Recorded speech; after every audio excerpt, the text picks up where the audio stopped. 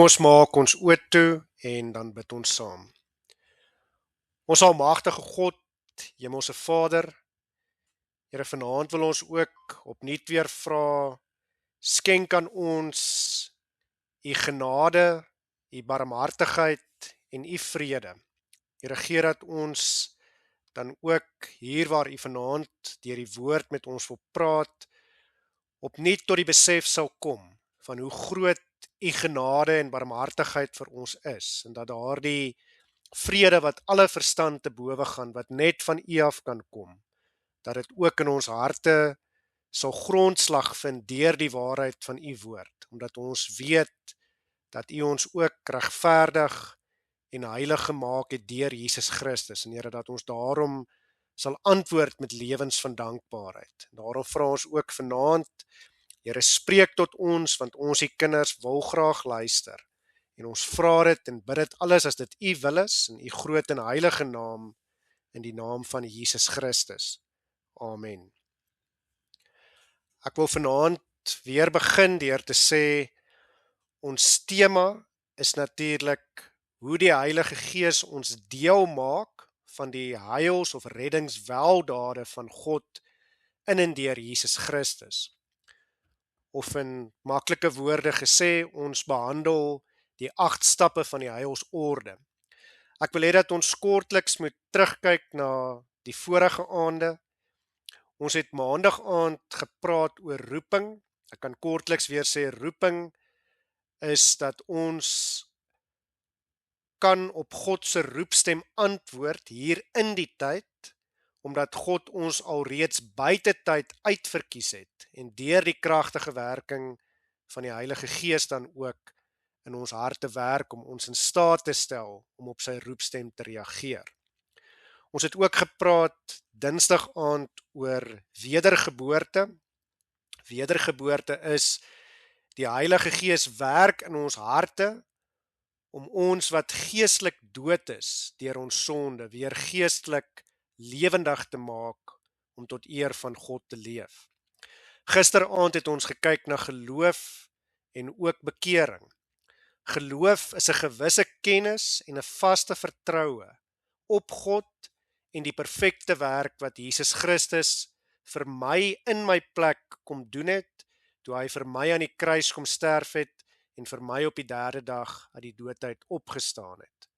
En bekering is wanneer die Heilige Gees in my hart woon en werk om my te oortuig van sonde en geregtigheid, sodat ek my sonde bely en laat staan en tot eer van God sal leef. Ek gaan vanaand weer nie vir ons die skrifgedeelte lees nie, ek wil weer aanmoedig om dit self te lees. 1 Petrus 1, daar vanaf vers 1 tot en met 1 Petrus 2 vers 10. Ek wil wel vir ons vanaand ons teksverse lees, van hulle het ons al reeds gehoor, maar ons gaan vanaand weer hoor, en vanaand praat ons oor die volgende 2 stappe in die heilsorde, en dit is die van regverdigmaking en heiligmaking. En net soos die vorige aande, gaan ek weer vir ons wys in watse teksvers gepraat word van watter een van hierdie 2 stappe van die heilsorde. Ook weer, net soos gisteraand, wil ek sê dat daar nie noodwendig by die naam in elke liewe vers na elke van hierdie 2 stappe verwys word nie, maar dat dit vir ons uitgespel en gewys word dan ook deur ons teksverse. Ons eerste teksvers vir vanaand is 1 Petrus 1 vers 2. En hier is dit beide regverdigmaking, maar ook heiligmaking waarvan gepraat word. In die eerste gedeelte heiligmaking, en dan sê die tweede deel vir ons duidelik, ons het deel aan die heiligmaking, omdat ons regverdig gemaak is. Ons lees daar, uitverkore volgens die voorkennis van God die Vader, in die heiligmaking van die Gees, tot gehoorsaamheid en besprenkeling met die bloed van Jesus Christus. Mag genade en vrede vir julle vermenigvuldig word. So hier sien ons in die eerste gedeelte word heiligmaking eintlik met die naam genoem, en dan praat die tweede gedeelte van die besprenkeling met die bloed van Jesus Christus. Nou dit is daardie besprenkeling met sy bloed, toe hy ons sondes afgewas het met sy bloed. Toe het hy ons regverdig gemaak voor God. Dan die volgende vers, ons volgende twee teksverse is 1 Petrus 1 verse 15 en 16, wat handel oor heiligmaking. En ek lees: maar soos hy wat julle geroep het heilig is, moet julle ook in jou lewenswandel heilig word, omdat daar geskrywe is: wees heilig, want ek is heilig. En dit natuurlik verwysing na Exodus, waar dit oorspronklik vir die volk Israel gesê word.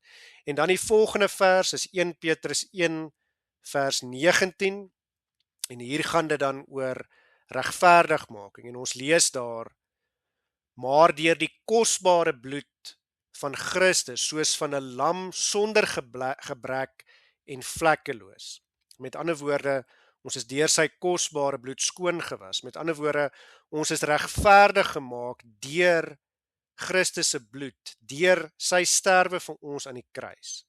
En dan ons volgende teksvers in 1 Petrus 2 vers 4 gaan oor heiligmaking, wat sê dat die eer ook vir hom toekom. En ons lees daar: hy die lewende steen, wat deur die mense wel verwerp is, maar by God uitverkore en kosbaar is. En dit gaan hier daaroor, wanneer ons oor heiligmaking praat, sal ons sien dat hy is die een wat ons heilig maak. Daar word vir ons gesê: kom na hom toe, die lewende steen, wat deur die mense wel verwerp is, maar by God uitverkore is en kosbaar. Dis hy wat ons heilig maak, uiteindelik deur sy bloed. Dit gaan hier, wanneer ons nou oor heiligmaking gaan praat, daaroor dat ons sal sien dat ons na God toe moet gaan. Ons moet ons lewens inrig om heilig te leef, soos wat hy dit ook van ons verwag. En dan ons laaste vers vir vanaand is 1 Petrus 2 vers 9. En hier kry ons beide die elemente van regverdigmaking en heiligmaking. Ons lees daar: maar julle is 'n uitverkore geslag, 'n koninklike priesterdom, 'n volk as eiendom verkry, om te verkondig die deugde van hom wat julle uit die duisternis geroep het tot sy wonderbare lig. So hier is dit weer eens die gedagte: ons is verkry as 'n volk, uitverkies. Ons is regverdig gemaak deur dit wat Christus vir ons gedoen het. En daarom is die heiligmaking dan juis om te verkondig sy lig en om te leef in sy lig, waaruit hy ons uit die duisternis uitgeroep het, en om in daardie lig te lewe. So dit is ons teksverse vanaand. Nou ons gaan, soos ek gesê het, vanaand stil staan by hierdie twee elemente van regverdigmaking en heiligmaking. Kom ons gee eerstens 'n kort definisie van regverdigmaking. Regverdigmaking is die regterlike daad van God, waardeur hy van alle ewigheid af sy uitverkorenes van alle skuld en straf van die sonde vryspreek. En hierdie vryspraak gebeur in die tyd, en dit is in die tyd vervul toe Christus aan die kruis daardie skuld en straf van elkeen van ons wat ons verdien op hom geneem het. En ons neem dit aan, hierdie regverdigmaking, deur die geloof, en dit geld ook vir ewig tot in buitetyd. Ons neem dit aan deur die geloof wat die Heilige Gees dan ook in ons as vrug van die wedergeboorte werk. So ons kan hoor, die feit dat ons regverdig gemaak word en regverdig gemaak is deur Christus se sterwe aan die kruis vir ons, is dus weer 'n uitvloeisel van die wedergeboorte en die geloof, of 'n vrug daarvan, as ons dit anderster kan stel. Ek wil dit net duidelik maak: ons verdien die hel. Dit is wat regverdig is. Iemand moet die prys vir ons sonde betaal. En Jesus kom doen dit aan die kruis, en dit is hoe hy ons weer regverdig maak, sodat ons nie skuldig is nie, maar sodat ons weer regverdig kan wees voor God. So omdat ons glo, Daarom het hy vir ons gesterf. En as ek nie glo nie, dan beteken dit Christus se soenverdienste aan die kruis word nie aan my toegereken. Ja, hy het vir almal kom sterf, maar sy sterwende oorwinning word net toegereken vir die wat aan hom glo. En alhoewel ons dan vrygespreek is van die skuld van die sonde, is ons verdorwe natuur wat ons van Adam af geërf het, soos wat Romeine 5 vers 1 dit ook vir ons duidelik maak, en ander Bybelgedeeltes, nog steeds besmet deur die sonde. Wat dan betref erfsonde, moet ons dan ook onderskeid maak tussen erfskuld en erfsmet. So dit is die tweede gedeelte waaruit erfsonde bestaan, met ander woorde erfsmet. En van hierdie erfsmet word ons deur die Heilige Gees gereinig in die proses wat dan bekend staan as heiligmaking. So, as ons dan 'n definisie kan gee, so heiligmaking is dus die reinigingsproses waar volgens die Heilige Gees hoe langer hoe meer die ou sondige natuur van die mens laat sterwe en die nuwe mens, ons nuwe wedergebore natuur laat lewe. En dit is 'n proses van voortdurende bekering. Dit is nie net iets wat op een slag gebeur nie, maar wat voortduur tot die dag van ons dood. So daarom is bekering en heiligmaking ook baie na aan mekaar verbind. En ons teksvers 1 Petrus 1 vers 16 wys dit dan ook vir ons. Ons kan net heilig wees of heilig gemaak word omdat Christus bewys het. Hy was en hy is heilig, omdat hy heilig in ons plek kom leef het hier op aarde, en omdat hy ons regverdig gemaak het deur die straf van die kruis vir ons te kon verdra, dit wat ons verdien, sodat ons deel kan hê aan sy heiligheid, sodat ons regverdig kan wees deur die werk van die Heilige Gees, wat dan ook voortdurend in ons harte voortduur. Die Nederlandse geloofsbelijdenis, artikels 22 tot en met 24, gee ook vir ons 'n baie mooi beskrywing van beide regverdigmaking en heiligmaking. Terwille van die tyd wil ek vanaand net vir ons artikels 23 en 24 lees. Die Nederlandse geloofsbelijdenis artikel 23 se opskrif sê dat ons regverdigmaking bestaan in die vergifnis van die sonde en die toerekening van die gehoorsaamheid van Christus. Ek lees vir ons daaronder. Ons glo dat ons geluksaligheid gelees in die vergifnis van ons sondes om Jesus Christus wil, en dat daarin ons regverdigheid voor God vervat is, soos Dawid en Paulus ons leer, wat verklaar dat die mense geluksaligheid daarin bestaan, dat God hom die geregtigheid sonder werke toereken. En dit is in Psalm 32 vers 2 en ook in Romeine 4 vers 6. En dieselfde apostel Paulus sê dat ons verniet of uit genade geregverdig word deur die verlossing wat in Jesus Christus is, soos wat Romeine 3 vers 24 het ook sê.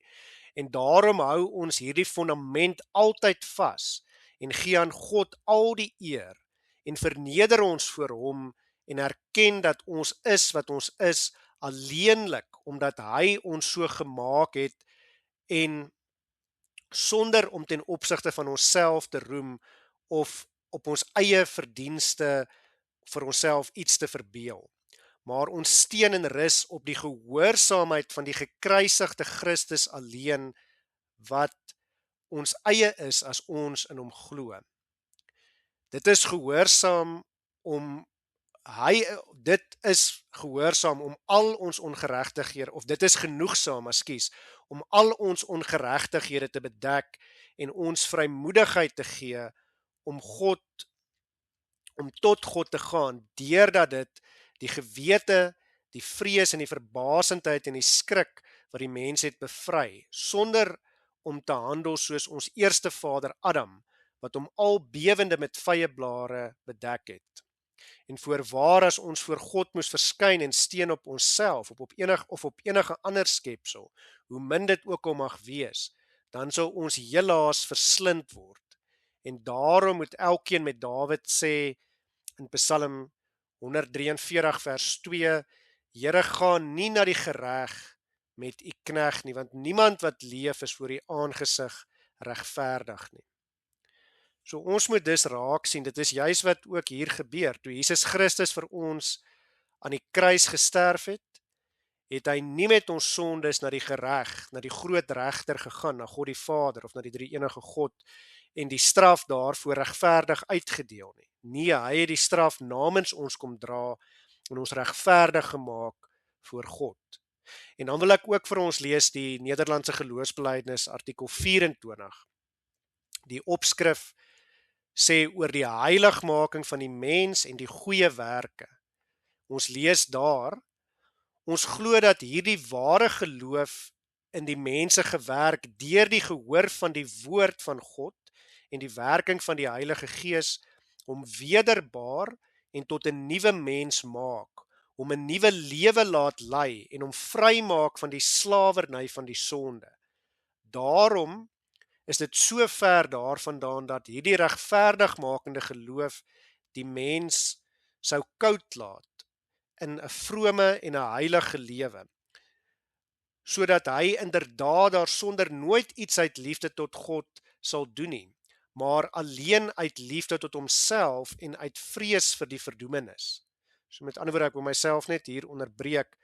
Dit beteken dat ons sal reageer met 'n lewe van dankbaarheid. Ek lees vir ons verder. So is dit dan onmoontlik dat hierdie heilige geloof werkloos in die mens sal wees, aangesien ons nie van 'n ledige geloof spreek nie, maar van so een wat die skrif noem 'n geloof wat deur die liefde werk. In Galasiërs 5 vers 6 noem dit dan ook wat die mens beweeg om hom te oefen in die werke van God in sy woord wat hy beveel het, werke wat as hulle voortkom uit die goeie wortel van die geloof goed en God welgevallig is, omdat dit alles deur sy genade geheilig is. Intussen kan hulle nie in rekening gebring word hierdie werke, hierdie goeie werke van die mens om ons te regverdig nie, want dit is deur die geloof in Christus dat ons geregverdig word nog voordat ons goeie werke doen. Anders sou hulle nie meer goed kan wees nie, net so min as die vrug van 'n boom goed kan wees voordat die boom goed is. So doen ons dan goeie werke, maar nie om iets te verdien nie, want wat sou ons kan verdien? Ja, ons staan by God in die skuld vir die goeie werke wat ons doen en nie hy by ons nie. Aangesien dit God is wat in ons werk om te wil, sowel as om te werk na sy welbehae, soos wat Filippense 2 vers 13 leer. Laat ons dan let op wat daar geskrywe staan, wanneer julle alles gedoen het wat julle beveel is, sê dan, ons is onverdienslike diensknegte, want ons het gedoen wat ons verplig was om te doen, soos wat Lukas 17 vers 10 dit ook duidelik stel.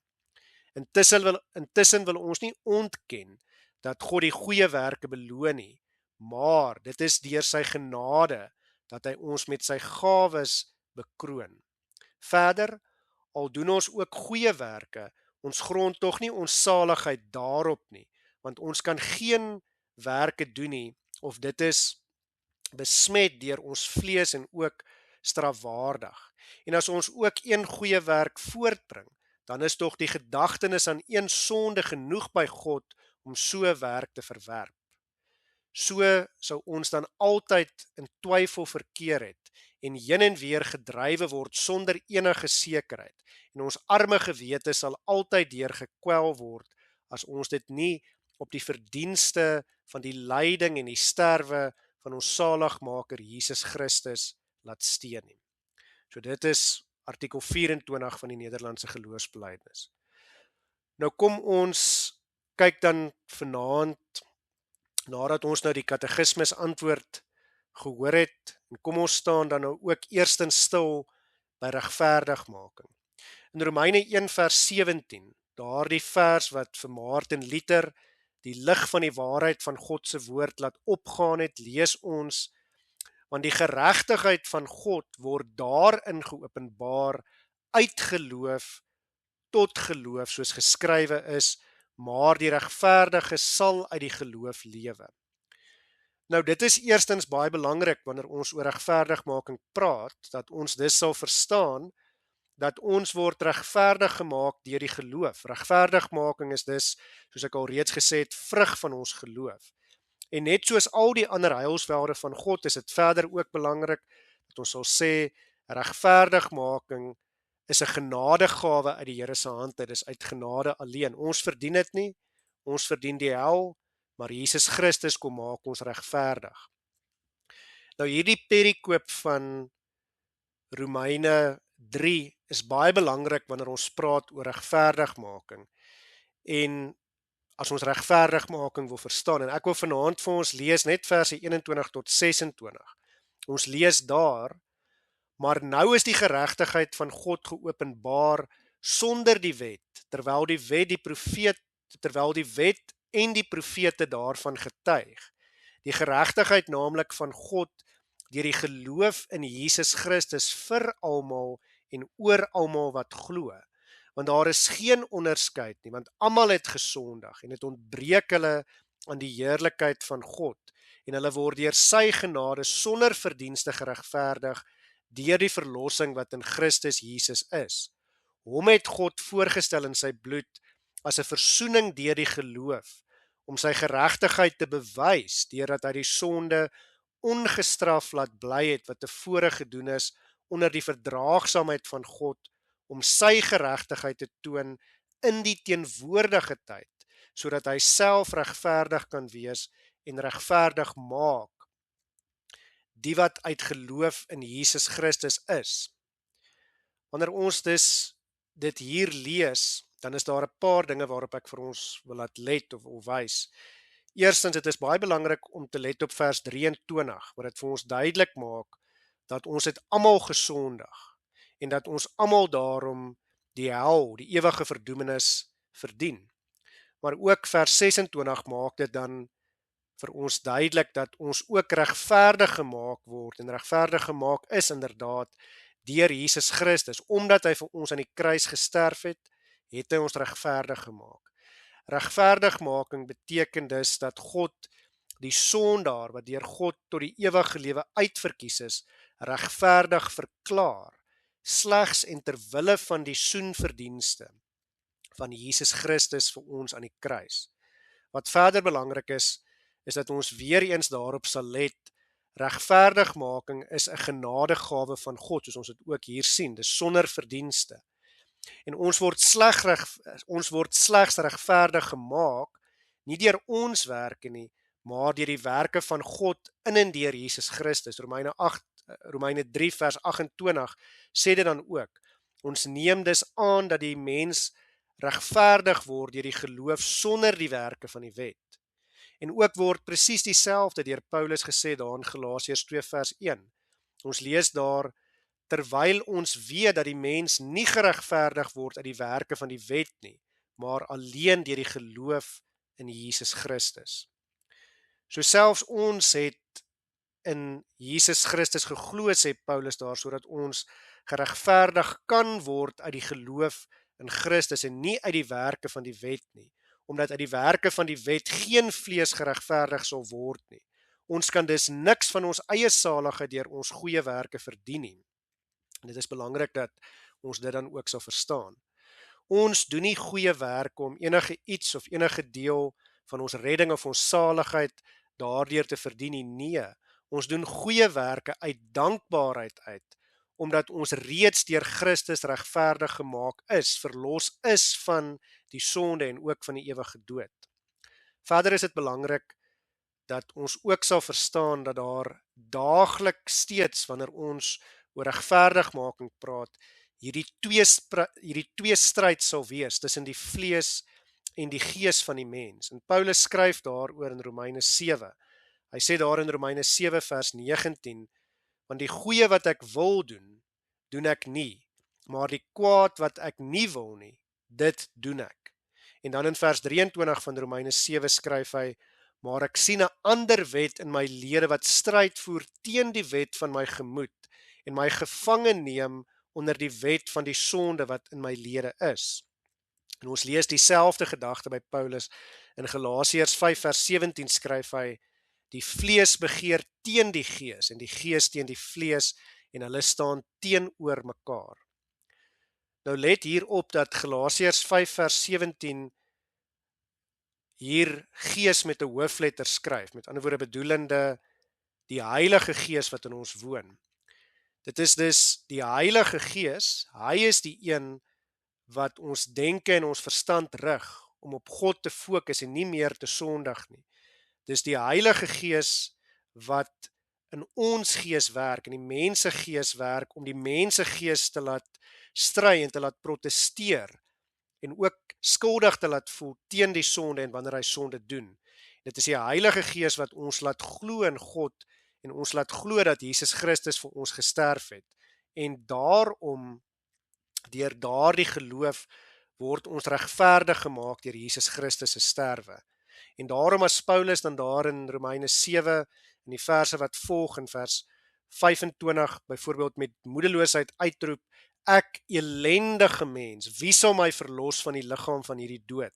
Dan antwoord hy homself en hy sê in die verse wat volg, ek dank God deur Jesus Christus ons Here. Net Christus, sien jy, kan ons red. En die wonderlike is, hy het ons ook gered. En toe hy ons gered het, is ons ook regverdig gemaak. En as ons glo dat hy ons gered het, dan maak die Heilige Gees ons dan ook deel van hierdie genadige weldaad van die regverdigmaking van Christus. Dit wat Jesus vir ons verwerf het, so met ander woorde, deur die geloof, omdat ons glo, hy het vir ons gesterf. Dit is regverdigmaking en daarom word ons regverdig gemaak. Maar onthou, geloof is ook 'n genadegawe van God en daarom kan ons dan nou ook leef soos oorwinnaars en elke dag streef daarna om nie meer die begeerlikhede van die vlees te volbring of daarin te leef nie, maar om soos oorwinnaars in en deur Jesus Christus te leef. In Romeine 6 vers 14 skryf Paulus dan ook, want die sonde sal oor julle nie heers nie, want julle is nie onder die wet nie, maar onder die genade. En ook daar in die oorwinningslied in Romeine 8 vers 37 skryf Paulus, maar al hierdie dinge, wat se dinge? Hierdie stryd wat gevoer word tussen die vlees en die gees, hierdie dinge wat elke dag julle wil verlei om af te draai van die smal weg af en op die breë weg van die sonde te gaan. Maar in al hierdie dinge is ons meer as oorwinnaars deur hom wat ons liefgehad het. En dit is die wonderlike. So kom ons kyk verder dan na die volgende aspek, die van heiligmaking. Heiligmaking, en dit is baie belangrik weer eens dat ons dit sal verstaan, eerstens is weer eens 'n genadegawe uit die hand van God uit. En dan ook wat heiligmaking betref, het ons goeie werke wat ons doen, moet ons dit ook baie duidelik weet, geen bydra daartoe om ons heilig te maak of ons heiliger te maak nie. In Lukas 17 vers 10 het ons dit gesien, dat wanneer ons goeie werke doen, dan moet ons sê dat ons onverdienstelike diensknegte is en dat ons slegs doen wat ons verplig is om te doen. Nou dit laat my dink, ek het al 1 of 2 keer genoem, een van die groot mense vir wie ek Engelse lesse gee, Andrew daar uit Oekraïne uit. Ek en hy het op 'n stadium ook 'n gesprek gevoer wat gegaan het oor goeie werke wat vir kinders geleer word en die beloning daarvoor. En sy tong in die kies opmerking vir my was gewees, nee, ek het in kommunistiese Rusland groot geword, daar het anderster gewerk. Jy doen wat jy moet doen, jy doen goeie werk en as jy dit nie doen nie, word jy gestraf, want dit is wat jy veronderstel is om te doen. Nou ja, ek en hy het lekker daaroor gelag, maar dit is die realiteit. Wanneer ons goeie werke doen, verdien ons nog niks nie, want dit is net wat ons veronderstel is om te doen. As ons goeie werke doen, dan doen ons net wat ons verplig is om te doen en dan kan ons geen beloning daarvoor verwag. En buitendien weet ons beste werke is met sonde bevlek en nie vir God aanneembaar nie. En daarom het hy dan ook sy seun gestuur om die perfekte werke vir ons te kom doen in ons plek. Hy wat die vlekkelose, sondelose offerlam van God is, soos wat ons teksverse ook vir ons sê.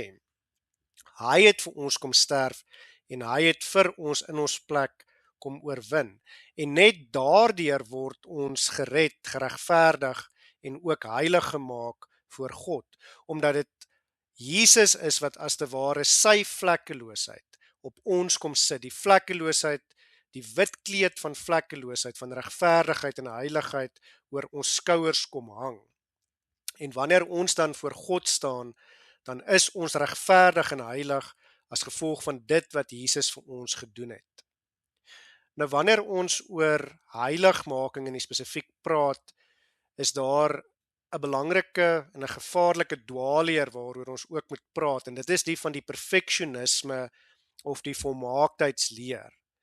Nou ons moet dit ook verstaan, dit is 'n ernstige en 'n growwe dwaalleer, waar kinders van die Here meen dat hulle geen sonde meer kan doen nie, of waar selfs dominees het ek al gehoor wat sê dat 'n ware kind van die Here kan nie meer sonde doen nie, en dan sê hulle, ons het jare laas 'n sonde gedoen, of ons doen glad nie sonde nie, ons leef in vrede met alle mense. En dit is 'n, soos ek gesê het, 'n growwe en 'n ernstige verdraaiing van die woord van die Here. En hoekom gebeur dit?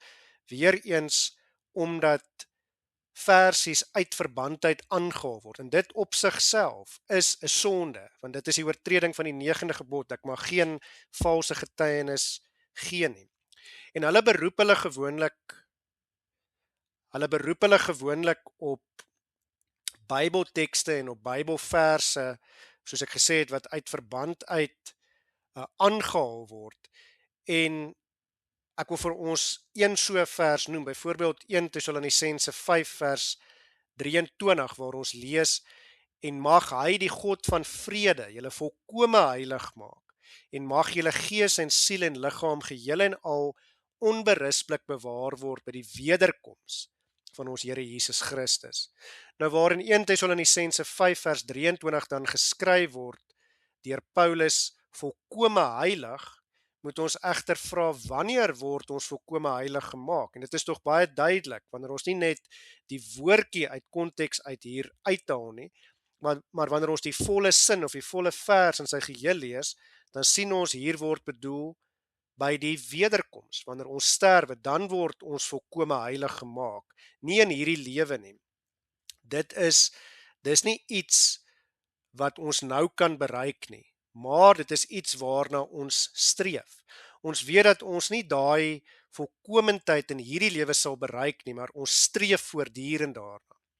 Verder weet Paulus dan ook baie goed dat Christus reeds gesterf het wanneer hy hierdie brief en hierdie vers dan ook skryf, en daarom weet ons ook, verstaan Paulus dit binne konteks, en moet ons ook sy woorde binne die konteks vat. Hy skryf nie hier dat ons heilig gemaak is nie, maar dat God ons volkome heilig moet maak, met ander woorde by die wederkoms. Met ander woorde, dis ook 'n proses, en dit is juis wat heiligmaking is. Paulus verstaan dit dan ook so, dat deur Jesus se soenverdienste aan die kruis ons voor God regverdig gemaak is, en dat ons deur die geloof uiteindelik dit dan verkry, dat die Heilige Gees in ons woon, en ons daarom voortdurend heilig maak.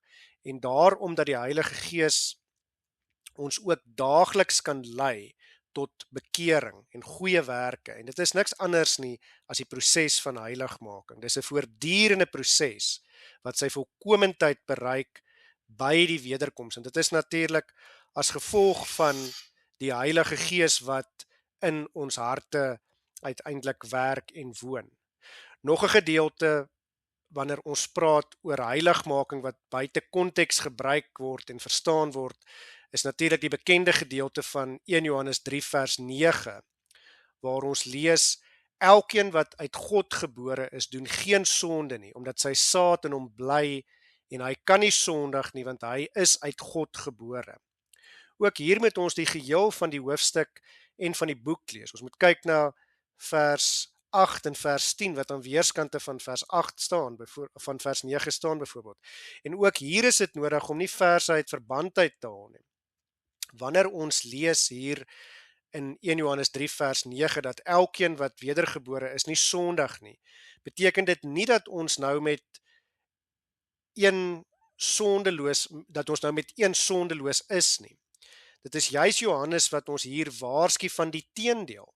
Wanneer ons Johannes lees, dan sien ons hier in sy eerste brief, dat hy skryf in 1 Johannes 1 vers 8, en weer in vers 10 lees ons dit, as ons sê dat ons geen sonde het nie, mislei ons onsself, en die waarheid is nie in ons nie.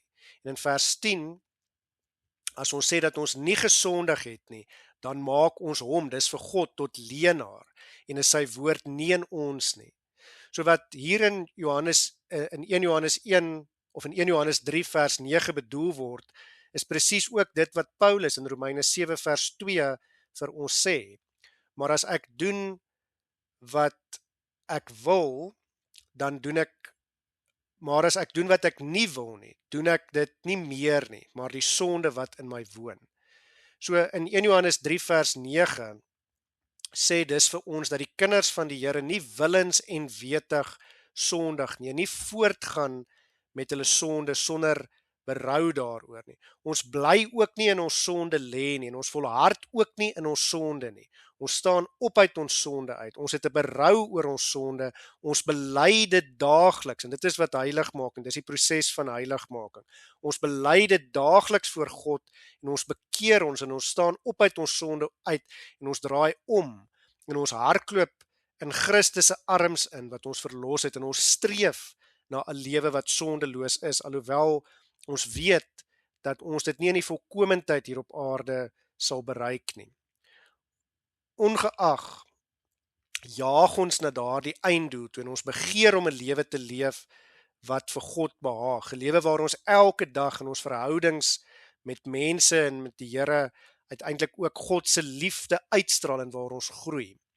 En ja, dit sal so wees, en ons moet dit weet. Ons is swak, nietig en sondig, en daarom sal ons soms weer in die sonde val. Maar deur die genade en die krag van God staan ons op daaruit, omdat die Heilige Gees ons ook lei en ons rig en in ons harte werk, en ons leef dan as oorwinnaars in en deur Jesus Christus, omdat ons weet ons sondes is vergewe. Ons begeerte is dan om nie meer te sondig nie, maar om vir Jesus Christus te leef. Heiligmaking, moet ons dan verstaan, is dan 'n gawe, maar dis ook 'n eis en 'n oproep dat ons met ons verantwoordelikheid wat die Here ook vir ons gegee het, sal bly jaag na daardie einddoel. Ons bly jaag na die perfeksionisme, maar ons besef ons bereik dit nie in hierdie lewe nie. Om elke keer weer op te staan uit die sonde en te vlug uit die sonde uit, om te breek met die sonde. Dit is die grondgedagte van heiligmaking in die Bybel, dat ons ook onsself afsonder, spesiaal vir God wil wees, anders vir God wil wees. En wanneer die gelowige heiliges genoem word, beteken dit dat hulle afgesonder is vir God en aan hom toegewy is. En wanneer die Bybel sê dat ons geregverdig en geheilig is in die naam van die Here Jesus Christus en deur die Heilige Gees van God, dan soos byvoorbeeld in 1 Korintiërs 6 vers 11 gesê word, beteken dit dat ons dus as vrygespreektes apart gestel is om vir God te lewe teen die sonde en om teen die sonde te kan stry. Dit beteken as te ware, omdat God ons uitverkies het, gee hy vir ons die vermoë, die krag deur die Heilige Gees om te bly stry teen die sonde en weg te hardloop van die sonde af en nader aan God te hardloop. En dit is alles so omdat die Heilige Gees in en deur ons werk. So ons moet dus nooit dit so verstaan dat heiligmaking gedeeltelik God se werk is en gedeeltelik my werk is nie. Nee, heiligmaking is net soos al die ander heilsweldade geheel en al God se werk, en deur die werking van die Heilige Gees wat in en deur ons harte werk. So die feit dat ek weghardloop van die sonde, dis ook genade van God. God gee wat hy vra, dis belangrik, en daarom, omdat God vir ons gee wat hy van ons vereis, daarom eis hy ook dat ons nie in dieselfde juk met die sondaar sal trek nie, soos wat 2 Korintiërs 6 vers 14 ook dit vir ons duidelik maak.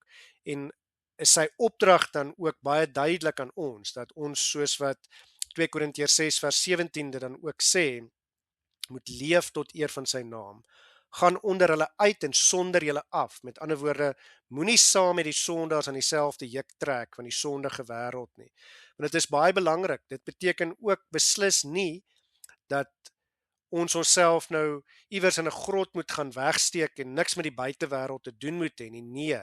Dit beteken dat ons net soos die volk Israel van ouds moet weet dat ons is omring met die heidene, met die ongelowiges, dat ons daar binne nog steeds heilig moet wees, dat ons nie van hierdie wêreld is nie, maar dat ons wel in hierdie wêreld is met 'n taak en 'n roeping waartoe God ons geroep het. Soos wat ons teksverse verse 16 en 15 dan ook vir ons gesê het. Wees heilig, want ek is heilig. Om anders te wees as die res van die sondige wêreld, dit is ons opdrag. Dis moet ons anders as die sondige wêreld wees waarin ons is. En ons moet verstaan dat ons nie van hierdie wêreld is nie, maar slegs in hierdie wêreld met 'n taak om sout en lig in hierdie wêreld te wees, wat God se genade as voorbeeld dan ook uit dankbaarheid uitleef in hierdie wêreld. En daardie voorbeeld word dan ook gestel deur hierdie voortgesette proses van heiligmaking of daaglikse bekering, soos wat ons dit dan ook kan beskryf. En dan in hierdie verband sê Petrus in ons teksverse in vers 15 dat heiligmaking is dus 'n radikale proses van verandering van die gemoed en van die hart en van die hele lewe wat gewerk word deur die Heilige Gees sodat Christus meer en meer in ons gestalte kan kry. So met ander woorde, ons bly jaag na daardie volmaaktheid. So geliefdes, mag dit vir ons dan ook so wees, nou dat ons gehoor het oor regverdigmaking en heiligmaking, dat ons saam met Paulus sal sê daar in Galasiërs 2 vers 20, ek is met Christus gekruisig en ek leef nie meer nie, maar Christus leef in my, en wat ek nou in die vlees leef, leef ek deur die geloof in die Seun van God, wat my liefgehad het en homself vir my oorgegee het. En mag ons dan ook vreugde en geloofsekerheid hê, omdat die Heilige Gees ook ons deel maak en omdat ons weet dat hy ons ook deel maak van Christus se geregtigheid en ons ook heilig maak. En mag ons daarom dan ook heilige lewens leef tot eer van God, omdat die Heilige Gees dit vir ons moontlik maak. En as ek wil vir ons afsluit vanaand met 'n vers, Efesiërs 4 verse 21 tot 24. Paulus skryf daar, soos die waarheid is in Jesus, dat julle wat die vorige lewenswandel betref, die ou mens moet aflê wat deur die begeertlikhede van die verleiding ten gronde gaan, en dat julle vernuwe moet word in die gees van julle gemoed, en julle met die nuwe mens moet beklee, wat na God geskape is, in ware geregtigheid en heiligheid. Amen. Kom ons bid weer saam. Ons almagtige God, Hemelse Vader, Here, ons dankie en ons loof en prys U vir U groot genade. Here, dat ons kan weet in die groot regterlike saak staan ons skuldig voor God. Ons verdien die hel, ons verdien die ewige dood. Maar die vlekkelose, sondelose offerlam van God self, Jesus Christus, hy het ons regverdig kom maak deur die prys vir ons aan die kruis te kom betaal, deur ons skoon te was met sy bloed. En U stuur die Heilige Gees om ons ook voortdurend heilig te maak. U het die wit kleed van U heiligheid, U regverdigheid oor ons skouers gehang, sodat ons regverdig kan staan voor God. Die Heilige Gees werk ook voortdurend om ons meer en meer heilig te maak. En Here, werk daarom ook daardie vuur opnuut weer in ons harte. Versterk dit en gee dat dit sterker sal brand, sodat ons 'n begeerte sal hê om ook heilige lewens vir U te leef uit dankbaarheid, omdat U ook die Gees aan ons gegee het wat ons rig en ons lei, omdat U ook al 8 stappe van die heilsorde uit genade alleen in ons harte werk. Here, rig ons en lei ons dat ons werklik die grootheid van U genade sal besef en dat ons ook daarop sal antwoord met gepaste lewens van dankbaarheid, omdat al die lof en al die eer en al die heerlikheid U toekom tot in alle ewigheid. Amen.